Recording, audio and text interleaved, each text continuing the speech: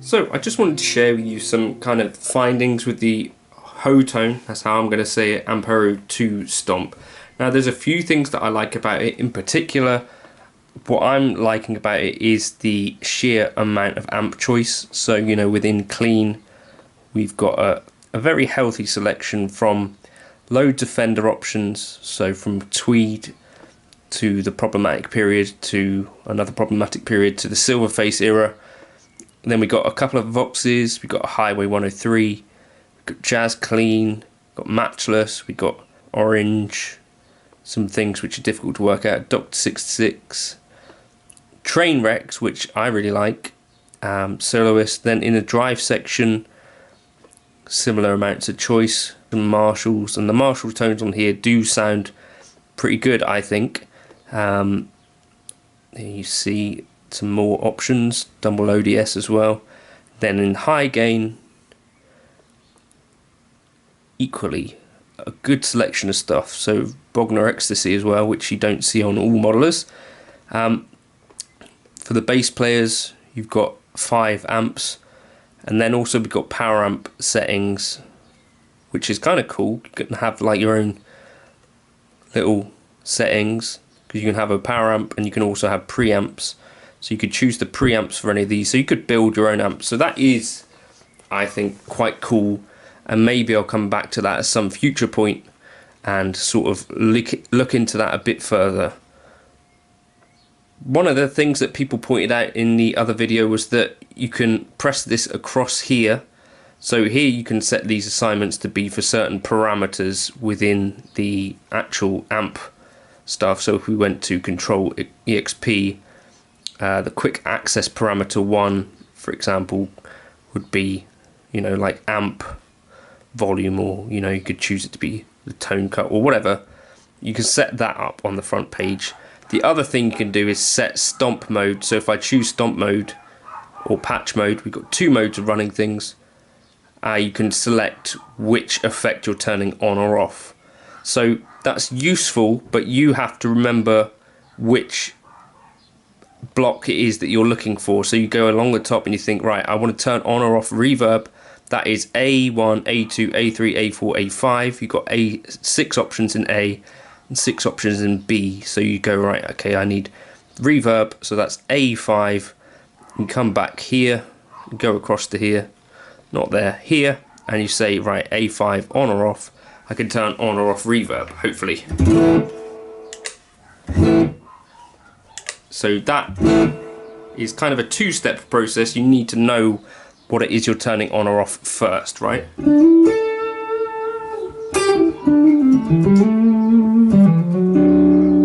So the tones, I think, are actually quite cool. I'm impressed with it tonally.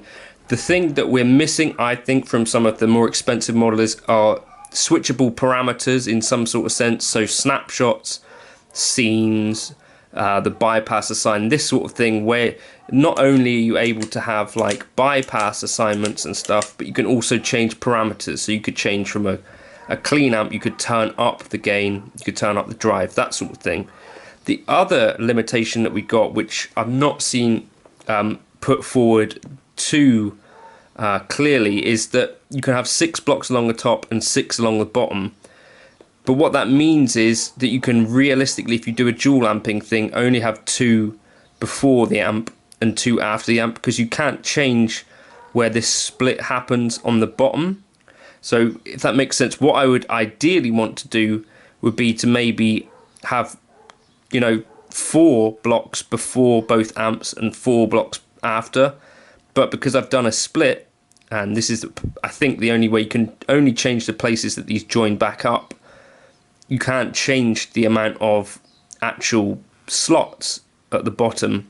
So you're always going to have, I think, unless I'm wrong on this, so someone could let me know, but I think you can only change where this joins up. So you can realistically not run 4 things into a dual amp. It's only a little kind of nitpick, but it's a thing worth being aware of, because yeah, like I say, if I run a dual amp preset like this, I can't run effects on both of them as much as I'd like to. I've got 4 slots free and I've got DSP free, but because of the way that that kind of grid thing is set up, I can't necessarily make the most of what I've got available.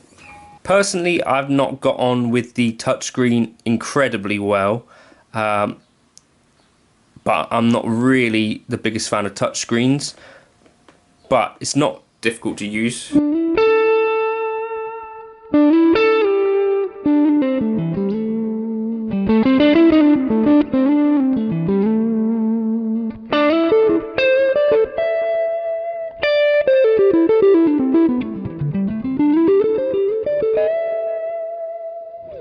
So you see my predicament, you know, I've got 2 blocks free and I've got DSP free to do other stuff on, but I would only be able to run it on one of my kind of dual amp things. So it's a little bit of a thing to be aware of. The other thing is there is a PC editor, and I wanted to be able to show you that, but I tried to connect it on both of my computers and I was not able to do that. So that's unfortunate. I would have shared this preset with you, but as it is, I can't do that.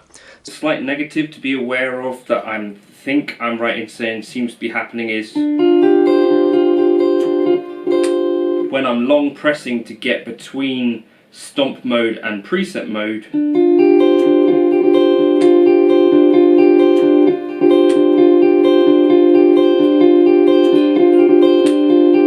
you hear there's like a glitch. But changing between actual patches is pretty quick. If I want to jump into the looper, you hear there, that also jumped into the next preset. So that's also something to be aware of. So just to be super clear about what's happening here, I've got a preset here. I'm in preset mode or patch mode. And then I've got a drive preset here. Now to get to tuner, I long hold this one here. And you can see that jumped presets before it actually went to the tuner. Right? And then similarly, if I press 3 long hold to get into stomp mode, you see it's jumped into preset 3 and back. You see what's going on? And if I jump into looper mode from clean tone, it's jumped into preset 2 or patch 2 momentarily. So that's clearly that's a problem, right? I think you'd call that a problem. Something that HoTone probably should fix, I think. Aside from that, I think the tones are good. So what I'm going to do now is just take you through the preset. So at the front end here, we've got the squeezer, the threshold at 35, the ratio at 73, output at 71, attack at 41, release at 0, tone at 26, blend at 100.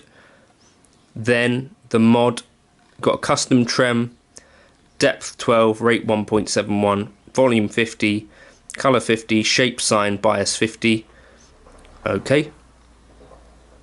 Then we got the Vox 30 HW norm, volume 67, tone cut off, master at 100, bright off. Then the black prints, 96 volume, output 30, bass 25, treble 65. Cab 1 is the Voxy 2x12, condenser 414, center, volume 23, high cut at 3145. And then golden 110, condenser at 87, position center, volume at 6. high cut at 3000.